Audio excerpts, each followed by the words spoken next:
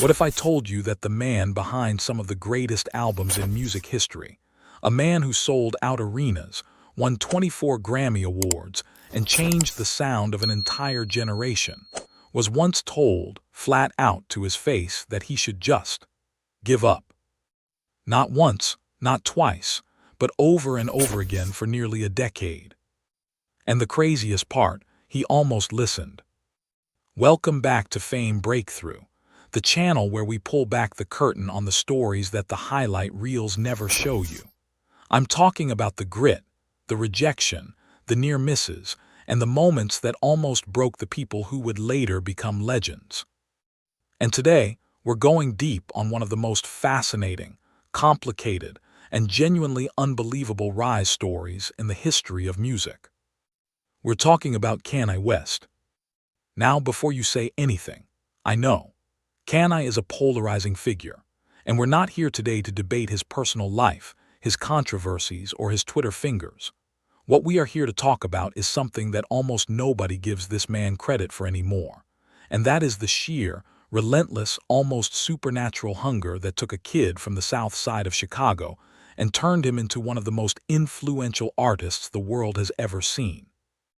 Because here's the thing that most people don't know: Kanye West's rise was not supposed to happen. By every single industry standard, by every gatekeeper, every A&R executive, and every rapper on the block, Kanye was not the guy. He didn't look the part. He didn't come from the right neighborhood. He didn't rap about the right things. And he absolutely, positively refused to care. So grab something to drink, get comfortable, because we're going all the way back to the beginning. We're going to Chicago in the late 1980s, to a little apartment, to a kid with big ears and even bigger dreams. And we're going to trace every single step of how Kanye West went from being laughed out of rooms to running the entire industry. This is the untold rise of Kanye West, and it starts way before the jaw-dropping beats, way before the fish sticks, and way before the outrageous headlines. It starts with a mother, a son, and a city that taught him everything. Let's set the scene. It's 1977, Atlanta, Georgia. A woman named Donda Smith is finishing her English degree, and she's got ambitions that stretch far beyond the city she's in. She's sharp, she's driven, and she's about to raise one of the most creatively explosive human beings ever born, though she obviously doesn't know that yet. Kanye West is born on June 8, 1977 in Atlanta.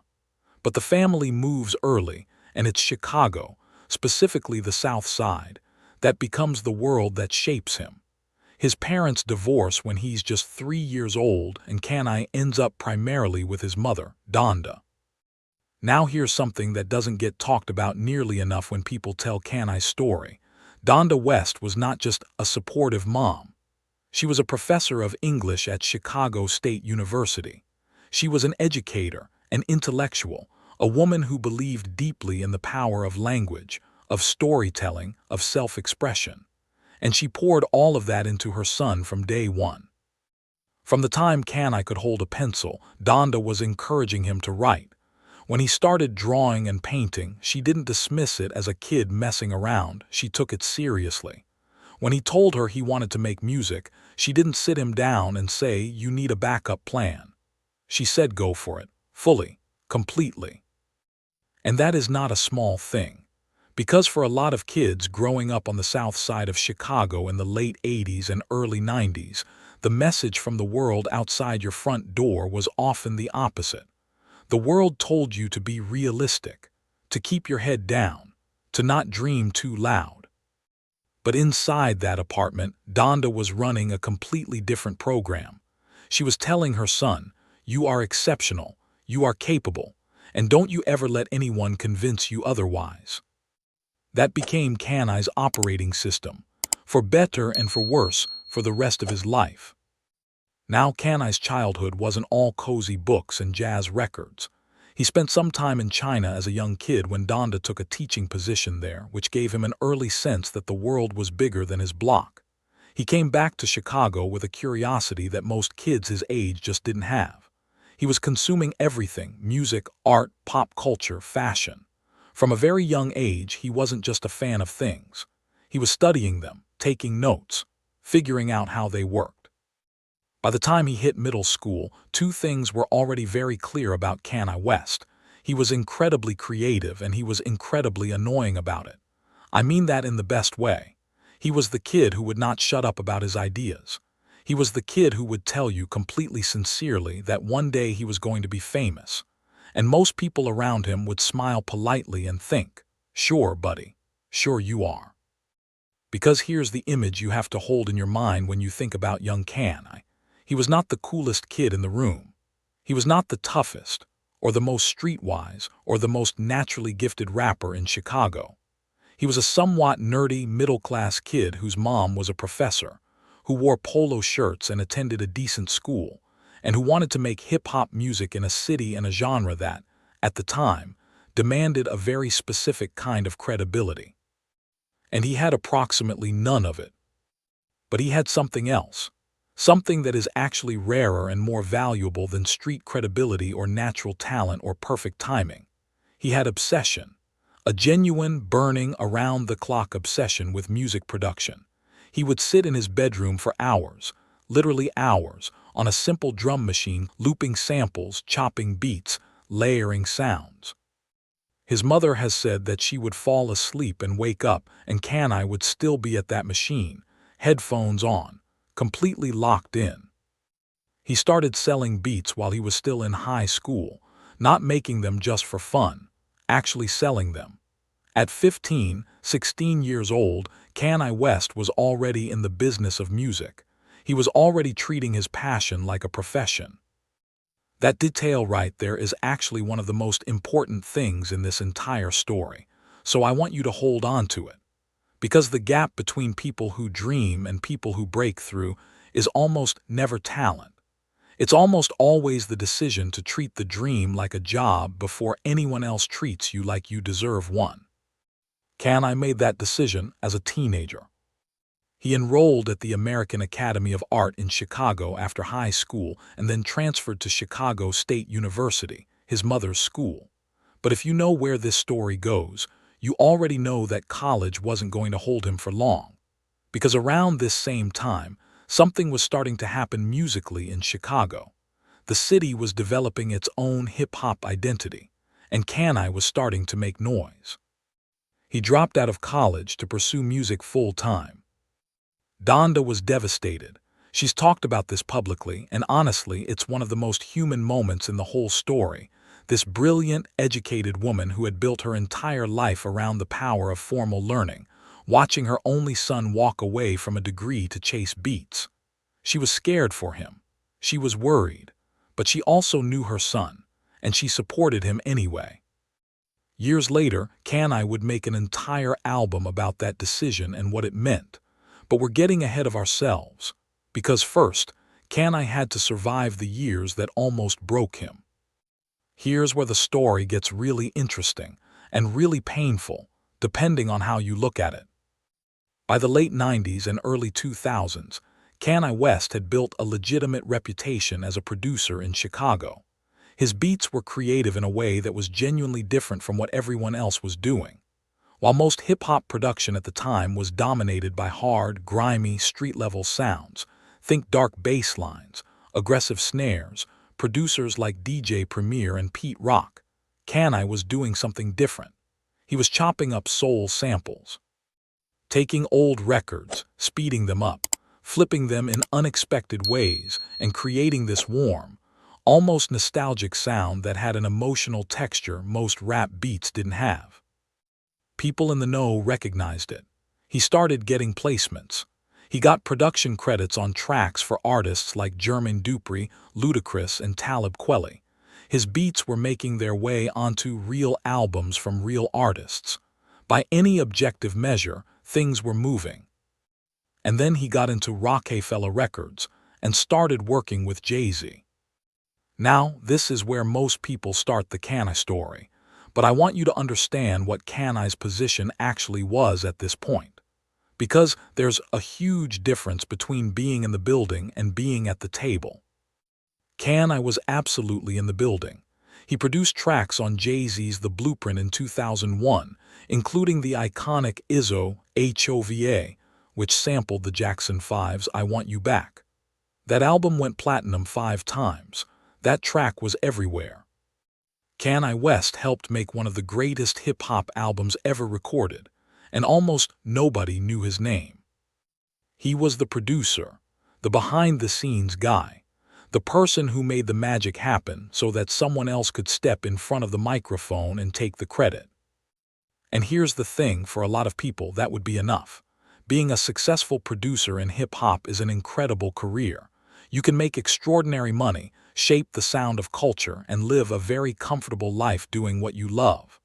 Plenty of talented people would have looked at Kanye's position circa 2001 and said, "Man, you made it. You're working with Jay-Z, you're getting placements. What more do you want?" But Kanye didn't want to be behind the glass. He wanted to be in front of the microphone. He wanted to rap. And this is where the rejections started, real rejections, the kind that stick with you. Because when Kanye went to the people at Rockefeller, the people who already loved his beats and paid good money for them, and told them he wanted to be a rapper, the response was not what he was hoping for. They laughed. Not cruelly, not maliciously, but genuinely they did not take him seriously, and you have to understand why from their perspective. The image of what a successful rapper looked like in 2001 was very specific. You came from the streets. You had lived through something hard. You had a story of survival, of danger, of real-world consequence. And when you talked about it on the mic, people believed you because they could see it in your eyes. Kanye came from a middle-class household. His mom was a professor. He wore polos and backpacks. He rapped about going to the mall and having a college dropout mentality. Executives looked at him and genuinely could not see a path to making him a credible rap artist. One executive at a major label reportedly told someone close to Kanye that he had a good thing going as a producer and that not everyone gets to be a rapper, which sounds polite on the surface, but what it actually means is, stay in your lane. This is not for you. Kanye heard versions of that message over and over again, from label heads, from A&R reps, from people within his own camp. The consistent feedback was, the beats are great, but the rapping is a hard sell. And I want you to really sit with that for a second. Because Kanye West, who would go on to be named by Rolling Stone as one of the greatest artists of all time, whose debut album would receive a Metacritic score of 92 out of 100 and be considered a masterpiece, was being told by industry professionals that he couldn't rap. That is either a stunning example of how wrong the gatekeepers can be, or it's proof that vision is something you simply cannot give to someone who doesn't already have it. Maybe both. But here's what makes this part of the story extraordinary. Kanye didn't respond to rejection with self-doubt. He responded with acceleration. While everyone was telling him no, he kept making music. He started secretly compiling what would eventually become his debut album. He was working on it in the hours between production sessions, in whatever spare studio time he could grab. He was rapping over his own beats, refining his style, building something that he fully believed in even when no one else did. He carried around demo CDs and handed them out. To anyone. To everyone. He was relentless about getting his music heard. There's a famous story, and we'll get to this in detail in a moment, that captures just how determined he was to force the world to listen, even when the world was actively trying not to. But first, there's one more thing that happened during this period that almost ended the story entirely. Something that put everything into terrifying perspective. In October of 2002, Kanye West fell asleep at the wheel while driving in Los Angeles. His car crashed. His jaw was shattered. He was rushed to surgery. The injuries were serious enough that his life was genuinely at risk. He had reconstructive surgery on his jaw, and he was wired shut for weeks.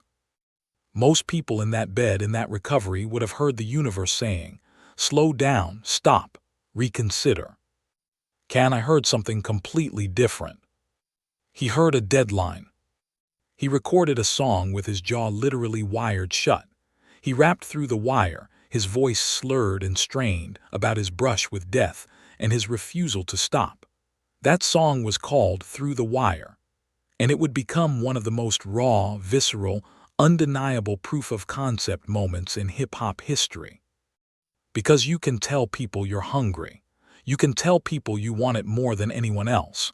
But when you physically cannot open your mouth and you still find a way to record, that is not something you can fake. That is a level of drive that people can feel through speakers. Through the Wire wasn't just a song. It was a mission statement. And slowly, reluctantly, the industry started to pay attention. Here is something I want you to understand about the music industry, and really about any industry where creativity and commerce intersect. The people at the top of that industry are not always looking for what's new. They're often looking for what's proven. They want to see a formula that has worked before and replicate it, because replication is safer than innovation. Innovation is scary. Innovation requires trust. And trust is very hard to earn when you don't look like what success is supposed to look like. I spent years fighting this. Even after Through the Wire started circulating, even after people inside hip-hop were quietly acknowledging that this guy could actually rap, the label hesitation remained. Rockefeller eventually agreed to sign him as an artist, but the support wasn't exactly overwhelming. There was still this prevailing sense that Kanye was a great producer who was doing a vanity project. They gave him a shot, a conditional, uncertain, let's see what happens shot. And Kanye took that shot and made the College Dropout. Released in February of 2004, the College Dropout is, and I'm not exaggerating here, one of the most important debut albums in the history of American music. Not just hip-hop, music. It was an album that was deeply personal, sonically adventurous, lyrically honest, and culturally precise in a way that almost no debut album manages to be. But let me tell you what it was before all of that, before the reviews and the Grammy nominations and the critical acclaim. In those first weeks, the College Dropout was a risk. It was an album that a lot of people inside the industry genuinely weren't sure about. It didn't sound like what was charting. It didn't have the hard-edged street aesthetic that dominated rap radio at the time. It was warm, it was soulful, it was, and this is the word that kept coming up, vulnerable. Kanye rapped about his insecurities, about materialism and faith, about the pressure of ambition and the fear of failure. He rapped about his college dropout status not as something to be ashamed of, but as a badge of having chosen a harder, more authentic path. He sampled Luther Vandross and Ray Charles. He put a skit on the album where a guidance counselor tells a student that all dreams lead to working at McDonald's. It was strange, it was different, it was deeply, unmistakably him. And the public heard something in it that the executives had missed completely. They heard themselves. Because here's what Kanye understood, almost instinctively, that the gatekeepers didn't. The audience for hip-hop had grown up. The kids who had grown up listening to hip-hop in the early 90s were now in their 20s. They were in college or leaving college. They were working jobs they weren't sure about, questioning the paths they'd been told to follow, feeling the gap between who they were expected to be and who they actually wanted to become. And here came Kanye West, rapping about exactly that, with beats that felt like Sunday morning and lyrics that felt like 3 a.m. honesty. The College Dropout debuted at number 2 on the Billboard 200. It eventually sold over 4 million copies in the United States alone. It was nominated for 10 Grammy Awards and won 3, including Best Rap Album. Rolling Stone called it one of the best albums of the decade. The same guy who couldn't get a label to take him seriously as a rapper just a couple of years earlier was now being mentioned in the same breath as Jay-Z, Nas, and Eminem, as one of the defining voices of his generation. But here's the part of this story that I find most fascinating, and it's something that gets glossed over because the success feels inevitable in hindsight. It wasn't. There was a specific moment, a specific decision that made the College Dropout possible, And it almost didn't happen. Remember those demo CDs Kanye was handing out everywhere? There's a story that circulates in music industry circles about Kanye literally showing up to meetings and handing beats and demos to anyone who would take one. He was at a meeting with executives at Capitol Records at one point, and the story goes that he just pulled out a CD and started playing music on a boombox in the waiting room. Not in the meeting, in the waiting room, for whoever was sitting there. That level of shamelessness, that absolute refusal to wait for permission, is what kept the dream alive through the years of rejection. Because the industry wasn't going to come find Kanye. He had to keep pushing himself into its line of sight over and over again until it was impossible to ignore him anymore. And then, once he finally had the shot, he had enough material saved up, enough ideas that had been building for years in the silence of rejection, to absolutely deliver. That's not luck. That's preparation meeting the moment that persistence eventually creates. Now, a lesser artist might have taken the success of the College Dropout and tried to replicate it. Found what worked, stuck to the formula, built a reliable machine. And honestly, that would have been a completely defensible strategy. Plenty of successful artists do exactly that and have long, comfortable careers. Kanye was constitutionally incapable of doing that. The very next album, Late Registration, released in 2005, was bigger, deeper, more orchestrated, more lush, and somehow even more personal. He brought in John Brion, a composer and producer known primarily for his work on indie film scores, to co-produce it, which was an absolutely bizarre and brilliant creative choice. The result was an album that sounded like nothing else in hip-hop: strings and soul samples, stadium anthems and intimate confessions. Gold Digger and Heard M Say existing on the same project. Late Registration debuted at number 1. It won the Grammy for Album of the Year, not just Best Rap Album, Album of the Year, beating out Mariah Carey, U2, and Paul McCartney. Let that land for a second. The guy that labels thought couldn't rap just beat U2 for the most prestigious award in music. But Kanye wasn't satisfied. And this is something that runs like a current through this entire story. Satisfaction is actually Kanye's enemy. Every time he achieves something, instead of celebrating it and resting in it, he immediately starts looking at what's next, what's different, what nobody has done yet. Which brings us to 2007 and Graduation. Now, Graduation is fascinating for a reason that goes beyond the music itself. Because by 2007, there was a moment in hip-hop that was being billed almost like a boxing match.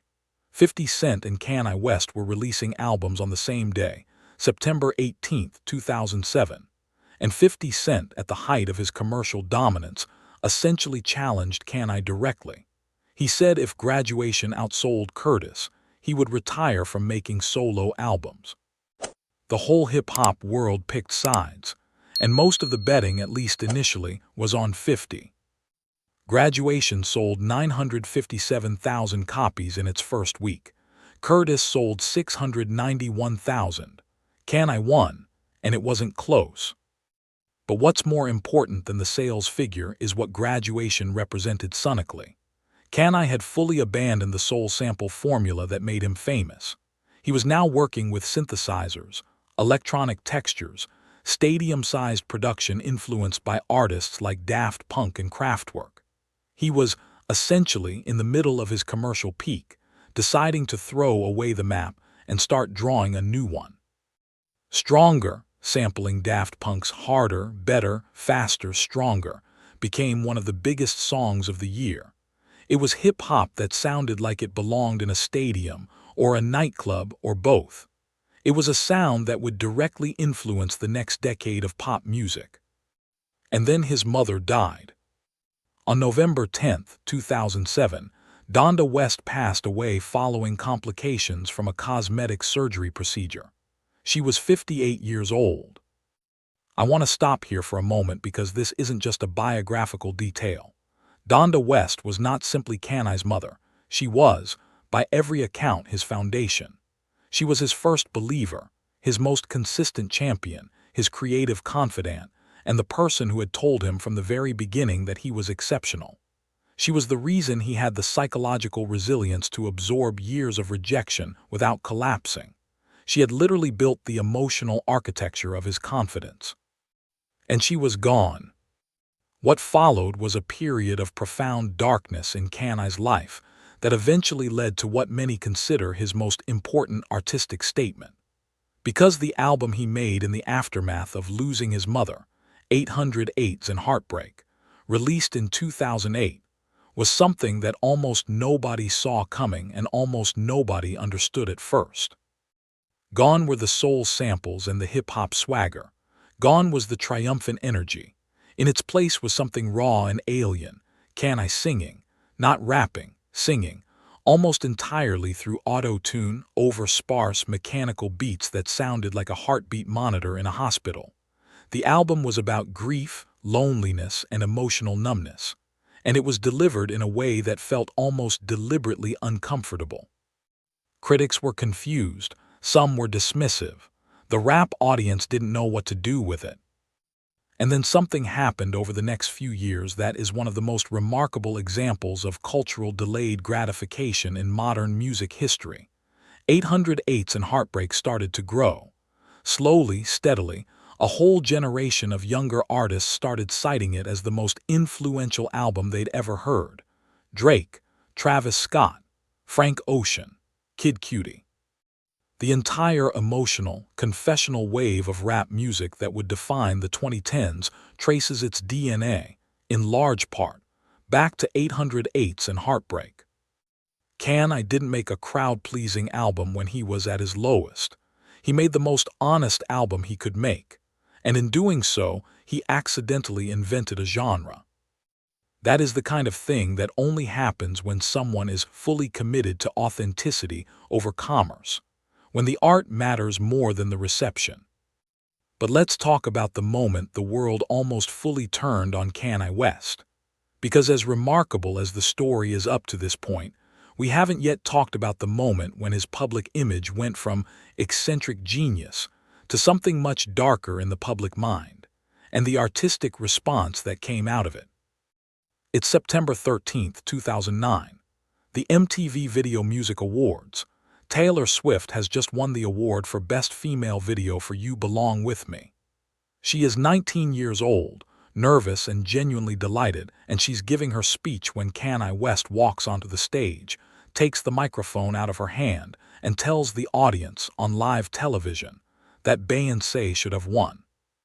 The room goes silent, the internet explodes, and Kanye West becomes overnight a genuine cultural villain.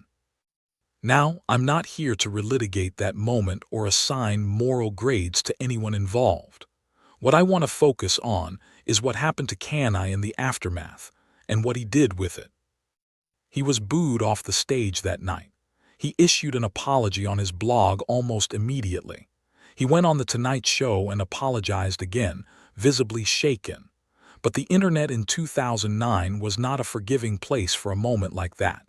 The backlash was enormous and relentless. He was everywhere, and none of it was good. In the months that followed, Kanye largely withdrew. He stopped performing, stopped doing interviews, and spent time in Hawaii working with a group of collaborators that included Rick Ross, Jay-Z, Nicki Minaj, Kid Cudi, and Bon Iver's Justin Vernon, among others. He was essentially living in a studio, processing, creating, not trying to fix his public image, just making something. What came out of those sessions was My Beautiful Dark Twisted Fantasy. Released in November of 2010, MBDTF is, and here I am again, unable to be modest about it, widely considered one of the greatest albums ever made. Not one of the greatest hip-hop albums. One of the greatest albums. Full stop. It appeared on multiple best albums of all time lists. Rolling Stone ranked it the 4th greatest album of the 21st century. Pitchfork gave it a perfect score of 10 out of 10, one of only a small handful of albums to ever receive that rating. It is dense, orchestral, maximalist, vulnerable, arrogant, confessional, and absolutely overwhelming in the best possible way. It begins with a spoken-word fairy tale and ends with a 9-minute epic about the price of fame. In between, it contains Power, a song with one of the most iconic opening seconds in music history. Runaway, a piece of music so emotionally honest it almost doesn't feel like a pop song at all. All Falls Down, Monster. Lost in the World, track after track that sounds like someone emptying their entire soul in real time. And the entire thing was made by a man who had just spent a year being called a monster. This is actually one of the greatest creative comebacks in modern history, and it is worth examining why it worked. Because the obvious move after a public humiliation of that scale would be to make something safe, something crowd-pleasing, something that says, I hear you, I understand the criticism, here is a more palatable version of myself. Kanye did the opposite. He made the most ambitious, most challenging, most Kanye thing he had ever made. He doubled down on his own vision completely, without apology, and delivered something so undeniable that the public had no choice but to reckon with it. He also promoted it in the most modern and disruptive way imaginable at the time. In the weeks leading up to the release, Kanye dropped a new song every Monday for 5 straight weeks. The God Fridays campaign turned his album rollout into a cultural event, with the internet losing its mind every single week. He understood social media and cultural momentum in a way that most artists and most labels did not yet grasp. My Beautiful Dark Twisted Fantasy didn't just restore his reputation, it elevated it. He went from being the guy who embarrassed himself at the VMAs to being the guy who responded to public humiliation by making the album of the decade. All right, we've covered a lot of ground. We've gone from a kid in Chicago with a drum machine to a Grammy-winning, genre-defining, culture-shaping artist. But I want to step back from the timeline now and talk about what this story actually means. Because this is the part that I think is most valuable, and it's the reason channels like this one exist. Kanye West's rise is not primarily a story about talent. I know that sounds strange because he's obviously extraordinarily talented, but talent is actually one of the least interesting things about his journey. Plenty of talented people never break through.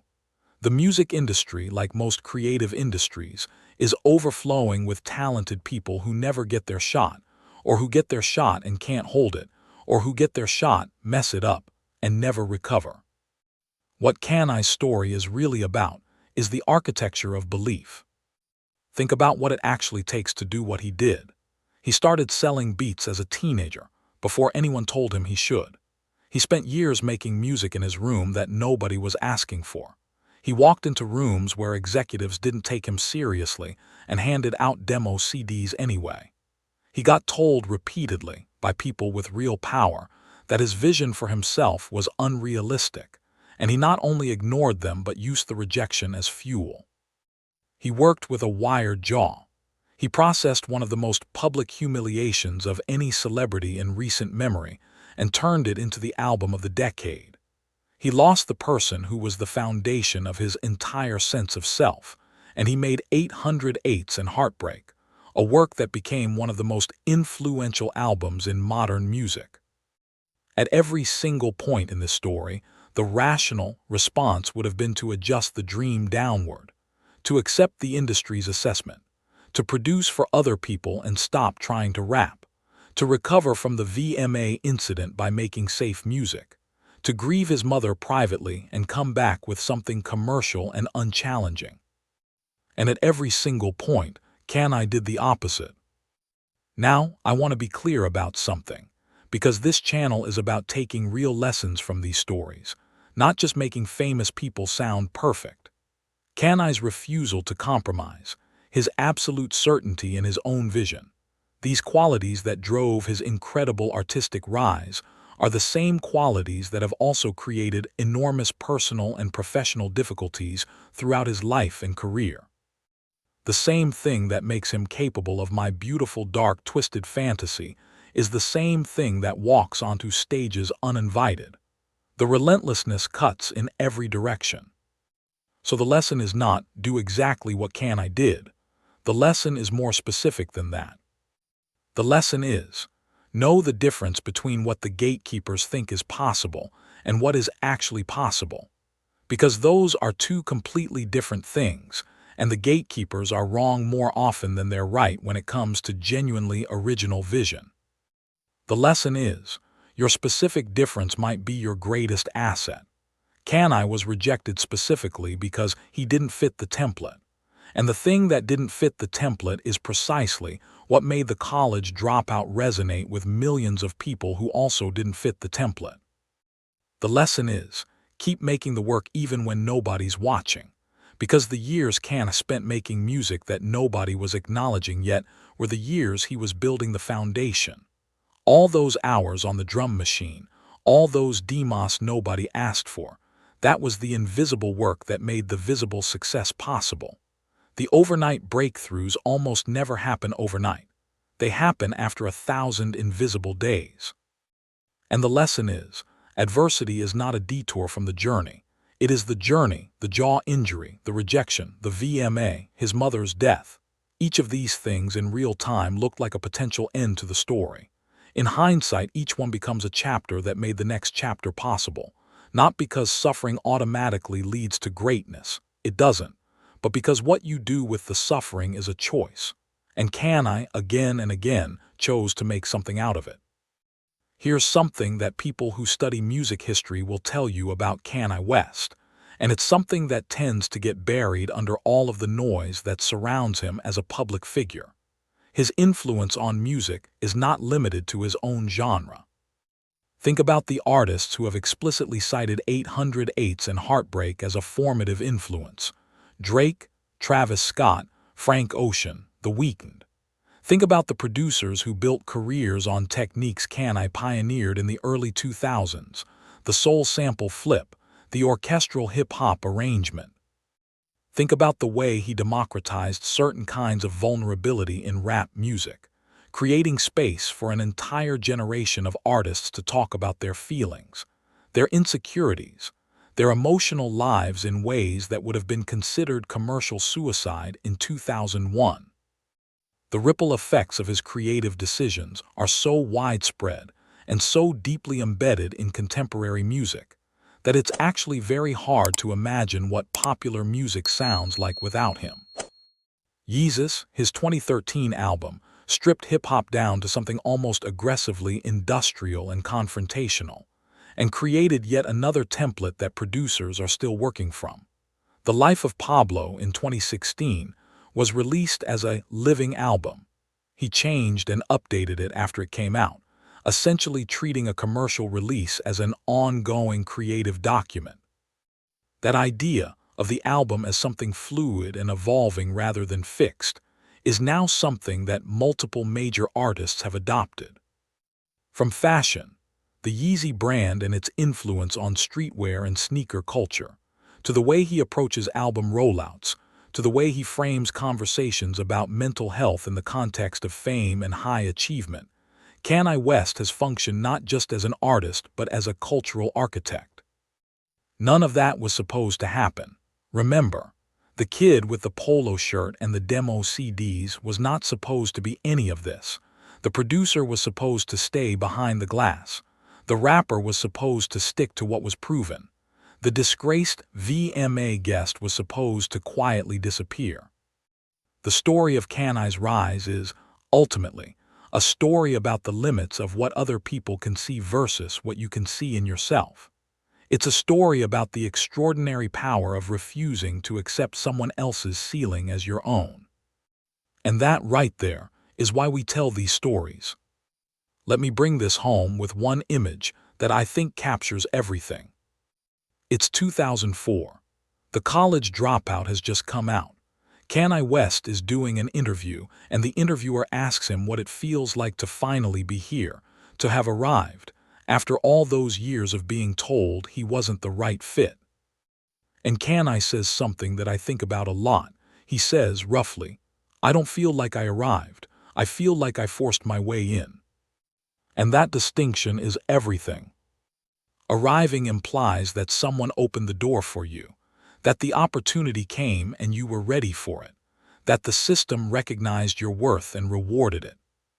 Forcing your way in means the door was closed, means you knocked and nobody answered, means you came back with a battering ram, means you made so much noise outside the building that eventually it became more trouble to keep you out than to let you in. Kanye West did not get a seat at the table. He pulled up his own chair, sat down, and eventually became someone that people talk about in the same breath as the greatest artists who ever lived. Not because the industry gave him a chance, but because he refused to wait for one. And that is the story of Kanye West's untold rise. From a kid in Chicago with a drum machine and an English professor, mother, to one of the most significant and controversial and genuinely unignorable artists of the last 50 years. Now, I want to hear from you, because this story raises a question that I think is worth sitting with. Is there a dream that you've been talked out of? A version of yourself that someone told you was unrealistic? Because if Kanye West was told he couldn't rap and he went on to win 24 Grammys, I think we should all be at least a little bit skeptical of the people who tell us what we can't do. Drop a comment below and tell me one thing you've been told you can't do that you're still secretly planning to prove wrong. I genuinely want to know. I read every comment on this channel, and I respond as much as I can. If this video hit differently for you, if it gave you something to think about or something to feel, do me a favor and hit that subscribe button. This channel exists to tell these stories, the real ones, the ones behind the highlight reels, and we've got a lot more of them coming. Every week we go deep on someone who wasn't supposed to make it and did anyway. And if you want to go deeper right now, the video on Michael Jackson's rise is sitting right there on your screen. And trust me, the story of how he changed everything is one you don't want to sleep on. I'll see you in the next one. Keep building, keep pushing, and don't you dare let someone else's limited vision become your ceiling.